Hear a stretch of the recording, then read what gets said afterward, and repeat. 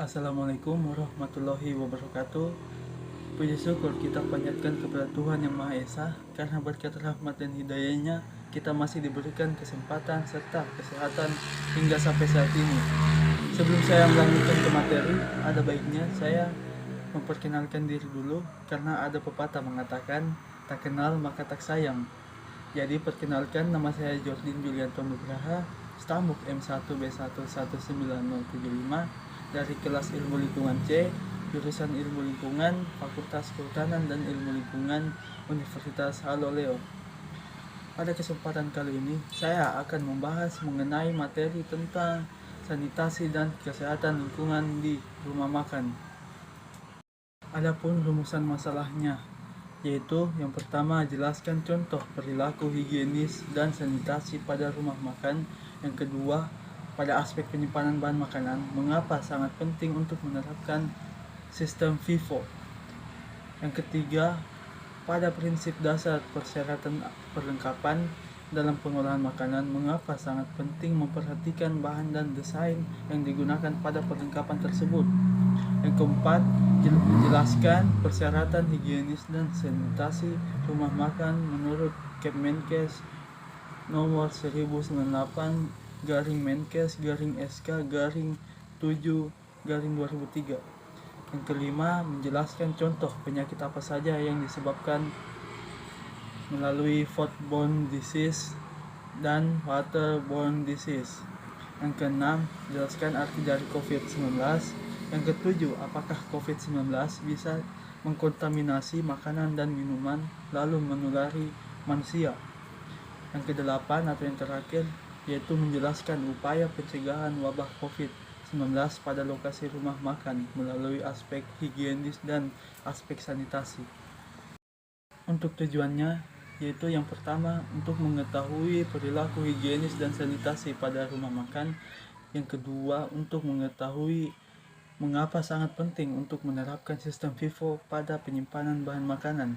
Yang ketiga, mengetahui mengapa sangat penting memperhatikan bahan dan desain yang digunakan pada perlengkapan dalam pengolahan makanan. Yang selanjutnya yaitu yang keempat, mengetahui persyaratan higienis dan sanitasi rumah makan menurut Kemenkes nomor 1098-Menkes-SK-7-2003. Yang kelima yaitu mengetahui contoh penyakit apa saja yang disebabkan melalui foodborne disease dan waterborne disease. Yang keenam yaitu mengetahui apa arti dari COVID-19. Yang ketujuh yaitu mengetahui apakah COVID-19 bisa mengkontaminasi makanan dan minuman dan menulari manusia. Yang kedelapan yaitu mengetahui upaya pencegahan apa saja yang bisa kita lakukan dalam memutus mata rantai wabah COVID-19 pada lokasi rumah makan.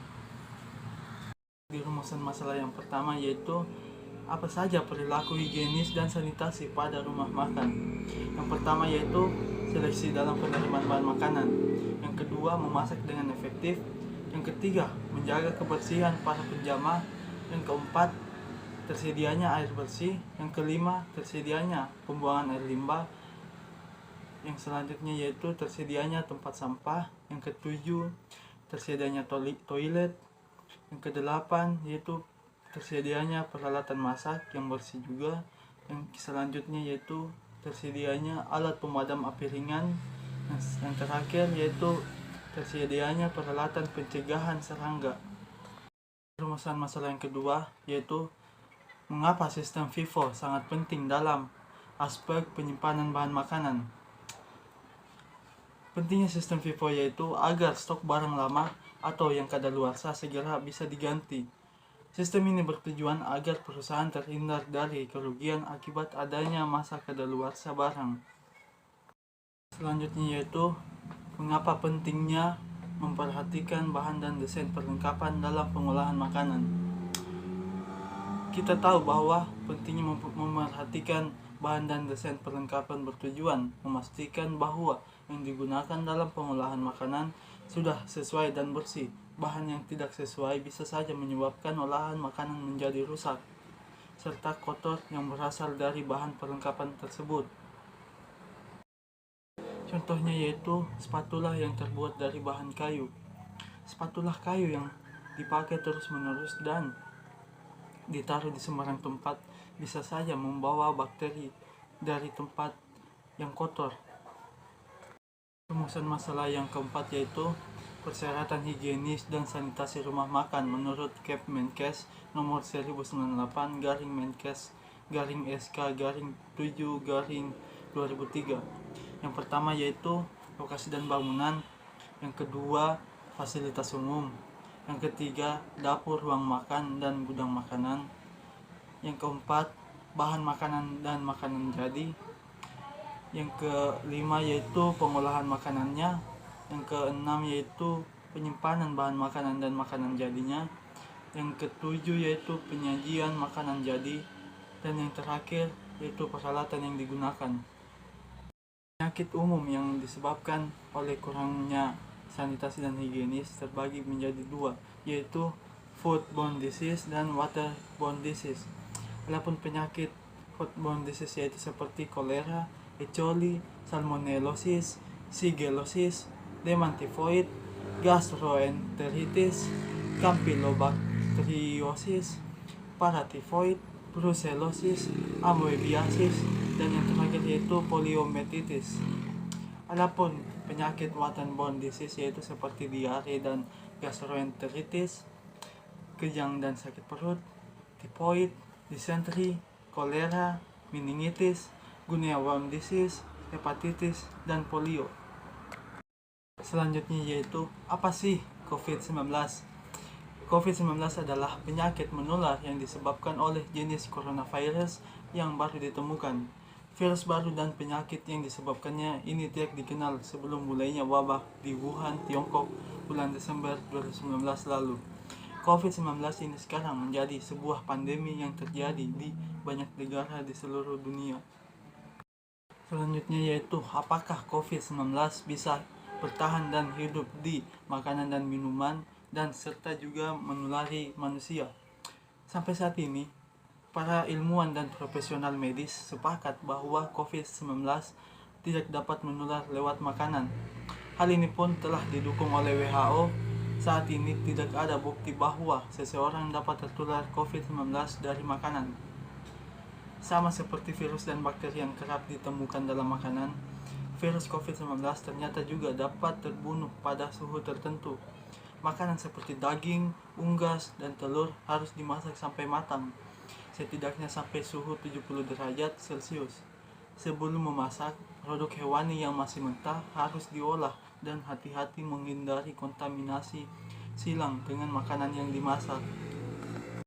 Dengan adanya hal itu, bukan berarti kita harus menyepelekan adanya virus COVID-19.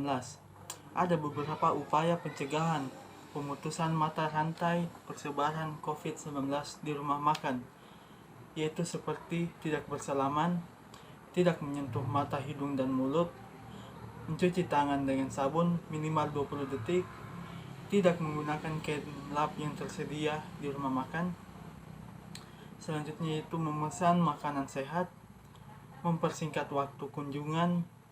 Jika sedang sakit, jangan ke rumah makan, mending pesan lewat online saja atau bikin sendiri makanan. Yang terakhir yaitu selalu menjaga jarak ketika memesan makanan dan saat makan. Adapun kesimpulan dari materi kali ini yaitu sanitasi dan kehigienisan dalam rumah makan itu sangatlah penting dilakukan demi menjaga kesehatan konsumen dan pekerja di dalamnya. Beberapa hal yang bisa diterapkan seperti seleksi dalam penerimaan bahan makanan, kebersihan penjama, menyediakan air bersih, toilet, tempat sampah, dan lain-lain. Menjaga dan mengontrol barang yang dipakai serta pemilihan barang dan desain perlengkapan juga itu sangatlah penting dilakukan. Beberapa penyakit yang bisa ditimbulkan dari kurangnya sanitasi dan higienis rumah makan yaitu seperti kolera, E. coli, salmonellosis, tifoid, meningitis, polio, dan sebagainya.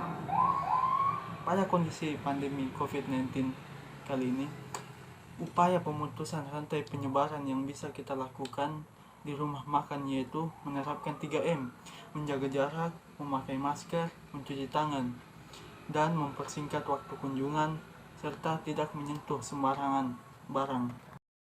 Mungkin itu saja yang bisa saya sampaikan. Semoga dengan adanya video ini kita bisa mendapatkan ilmu baru serta kita selalu menjaga kesehatan kita.